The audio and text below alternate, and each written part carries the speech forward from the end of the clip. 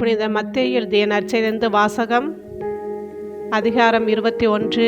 இறை வசனங்கள் 33 43 மற்றும் 45 46 முடிய.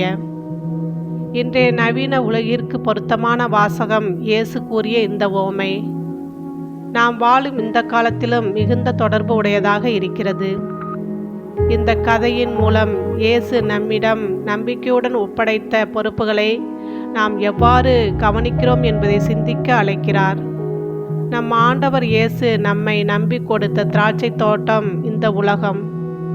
நாமும் ஆண்டவர் இயேசு கிறிஸ்துவால் உருவாக்கப்பட்ட ஒரு திராட்சை தோட்டத்தில் வசிக்கிறோம். இந்த உலகம், இயற்கை வளங்கள், அறிவு, மனித உறவுகள் இவை அனைத்தும் கடவுளின் கொடையாக நம்மிடம் கொடுக்கப்பட்டுள்ளன. ஆனால் இன்று நாம் அவற்றை பாதுகாக்கிறோமா? உதாரணமாக, சுற்றுச்சூழல் மாசுபாடு, இயற்கை வளங்களை உதாசீனப்படுத்துவது, அழிப்பது, உணவு மற்றும் நீரை வீணாக்குதல் போன்ற செயல்கள் நம்மிடம் ஒப்படைக்கப்பட்ட உலகத்தை நாம் முறையாக பராமரிக்காததை காட்டுகின்றன. நாம் பொறுப்பற்ற முறையில் வாழும்போது கடவுள் இந்த அழகிய தோட்டத்தை நம்மிடமிருந்து எடுத்து வேறொருவருக்கு கொடுக்க நேரிடும். இந்நாட்களில் கடவுள் பல்வேறு விதங்களில் நம்மை அழைக்கிறார். தூய வாழ்க்கை வாழும் துறவிகள், நற்செய்தியாளர்கள் வாயிலாக, சமூக நீதிக்காக குரல் கொடுக்கும் மக்களின் வாயிலாகவும், ஆன்மீக தலைவர்களின் அறிவுறுத்தல்களினாலும் அழைப்பு விடுக்கப்படுகிறது. நாம் அவர்களை ஏற்றுக்கொள்கிறோமா? மிகவும் நேர்மையானவர்கள் அடக்கப்பட்டு, ஒடுக்கப்பட்டு, ஏன் சில நேரங்களில் கொல்லப்படுகிறார்கள். பொய்யும் வஞ்சகமும் ஆதிக்கம் செலுத்தும் இந்த உலகில் நீதியையும் கருணையையும் நிலைநாட்டுவோரை நாம் நிராகரிக்கிறோமா என்பதை கவனிக்க வேண்டும். உண்மை பேசுவோர் எப்போதும் வரவேற்கப்படுவதில்லை. இது இயேசுவின் காலத்திலும் இருந்தது, இன்றும் தொடர்கிறது. இயேசு கூறுகிறார், கட்டிட தொழிலாளர்கள் புறக்கணித்த கல் மூளைக்கல்லாகிவிட்டது. நாம் எதை அடிப்படையாக வைத்திருக்கிறோம்?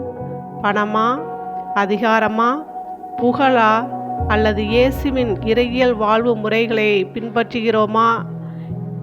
எதையும் லாப நோக்கில் பார்க்கும் மனப்போக்கு அதிகரித்துள்ள இந்த நிலையில் எளிமை, கருணை, மற்றவர்களுக்காக வாழும் உணர்வு போன்ற நற்பண்புகளை நம்முடைய அடிப்படையாக வைத்திருக்கிறோமா என்பதை கேள்விப்படுத்த வேண்டும். இயேசு நம்மிடம் எதிர்பார்க்கும் நல்ல பழக்கங்களை விட்டுவிட்டு சுயநலத்திலும் அகந்தையிலும் மூழ்கி அவருடைய கொடைகளை தவறாக பயன்படுத்தினால் அதை அவர் நம்மிடமிருந்து எடுத்துக்கொண்டு மற்றவர்களுக்கு அளிக்க நேரிடும். நம் குடும்ப உறவுகளில் அன்பும் நம்பிக்கையும் இருக்கிறதா? நம் வேலைகளில் நேர்மையும் தன்னலமற்ற சேவையும் உள்ளதா? நாம் ஏழைகளுக்கும் அடக்கப்பட்டவர்களுக்கும் உதவுகிறோமா? இதற்கெல்லாம் பதில் தேடுவதுதான் இன்றைய நற்செய்தி நம்மை அழைக்கும் உண்மை. இன்றைய இறை வார்த்தையின் மூலம் இயேசு கூறுவது நம் வாழ்க்கையில் செயல்படுத்த வேண்டும்.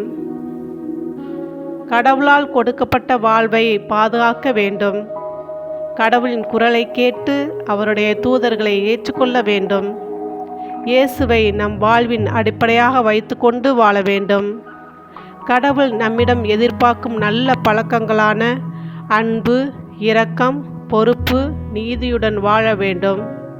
இவ்வளவு பெரும் கிருபைகளை நமக்கு அளிக்கும் கடவுளை நாம் அன்போடு ஏற்று அவருடைய திராட்சை தோட்டத்தில் நம்பகமான பராமரிப்பாளர்களாக வாழ அவர் நமக்கு அருள் புரியட்டும். ஆமேன்.